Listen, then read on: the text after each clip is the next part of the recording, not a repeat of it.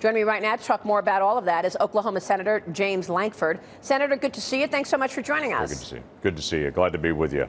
So I want to ask you about the Iran deal and the implications, but first let me get your reaction to President Trump's predecessor, President Obama, slamming his decision on the Iran nuclear deal. You know, I can understand that. President Obama was worried about losing his legacy in this agreement, in this change. I don't think this is a loss of legacy for him in that sense. He was able to hold Iran back for a couple of years. But quite frankly, the deal was bad from the beginning. And many of us, myself included, said for a very long time, President Obama can make an executive deal with them, but it doesn't really hold the force of all of America until it actually comes through Congress. But he was afraid to bring this deal to Congress because he knew it wouldn't pass through Congress. We saw the gaps in the missile testing. We saw the gaps in the 10-year sunset. We saw the gaps in the uranium swaps that are in there. So there were major problems from the very beginning that were identified. So he just made a deal, one president to another leader in Iran, which can obviously be changed by the next president of the United States. Right, but like why? I mean, you look at some of these deals, why is America always at the losing end? And you're right, you make a really good point. Had this been brought to the Congress, this would never have passed. Right. It would not have passed because many people saw the bad deal from the very beginning. Again, anything that sets up a 10-year process for Iran to get to a nuclear weapon is a bad deal. It allowed them to do missile testing. That's a bad deal on it. And it gave them the two things they really needed. They had the know-how. Clearly, Benjamin Netanyahu has released that in the last couple of weeks that they were advancing towards a nuclear weapon with research. They had the know-how. They needed two things. They needed more time to be able to finish a delivery vehicle, a missile, and they needed more money to be able to finish their research. This deal gave them the two things they needed the most, time and money, and that's the problem. And quite frankly, for President Trump, him stepping up now to say we need to be able to renegotiate this now rather than waiting years puts the United States in the better position for a negotiation rather than putting Iran in a better position for negotiation.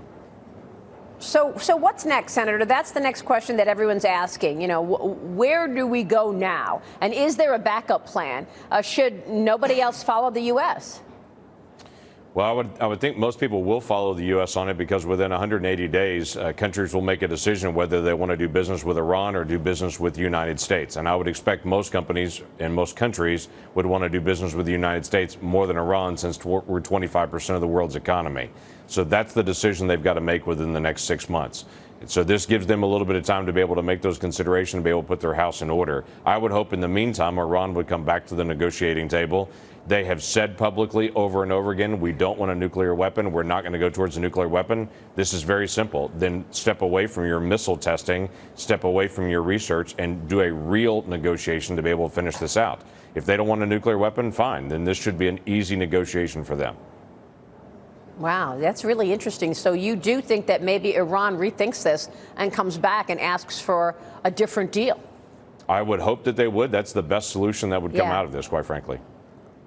I'm going to ask you about Gina Haspel. I want to ask you about Secretary Pompeo. He is now in North Korea working on this upcoming meeting between the president and Kim Jong-un, as well as releasing the 3 Americans detained by Pyongyang. This all coming ahead of that historic summit. What's your take on Mike Pompeo in North Korea and what can be accomplished?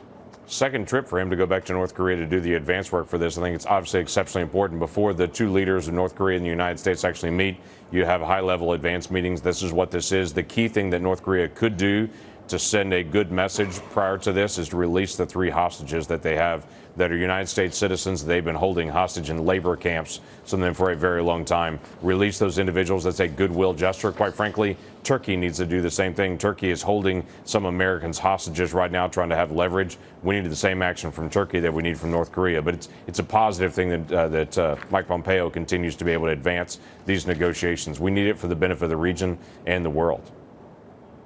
Senator, CIA officials are now throwing their support behind Gina Haspel, President Trump's nominee to head the CIA ahead of her confirmation hearing today before the Senate Intel Committee. What are your expectations? She's expecting to face some tough questions, right, about her role in the agency's interrogation techniques right after the 9/11 attacks.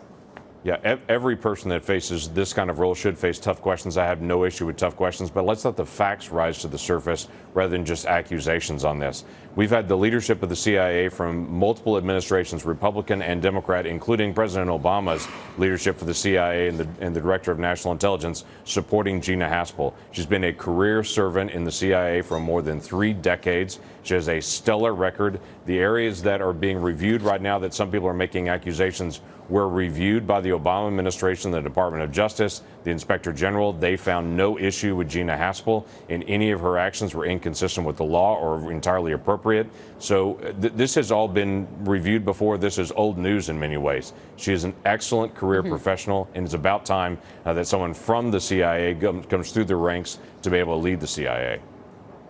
So do you think she'll see success today? Or, I mean, Democrats are pushing the CIA to declassify documents about her role, even as Republicans are hitting back against this. Well, it's interesting. As a member of the Intelligence Committee and members of the Intelligence Committee, both Republican and Democrat, have access to those documents they're saying should be declassified. They can see it. They can read it. I'd encourage them to be able to go through those documents. She's put quite a bit on the table. In fact, an unprecedented amount has been put out from the CIA for individual senators to be able to read and go through. So I'm not for declassifying everything. There's a reason things are classified. But all of us as the members of the United States Senate have top secret clearance. We should be able to go through it and evaluate it and see the facts. And Senator, real quick on this rescission package, Capitol Hill, Congress reviewing the White House's rescission package, which wants to cut $15.4 billion on spending. Will you be successful in that?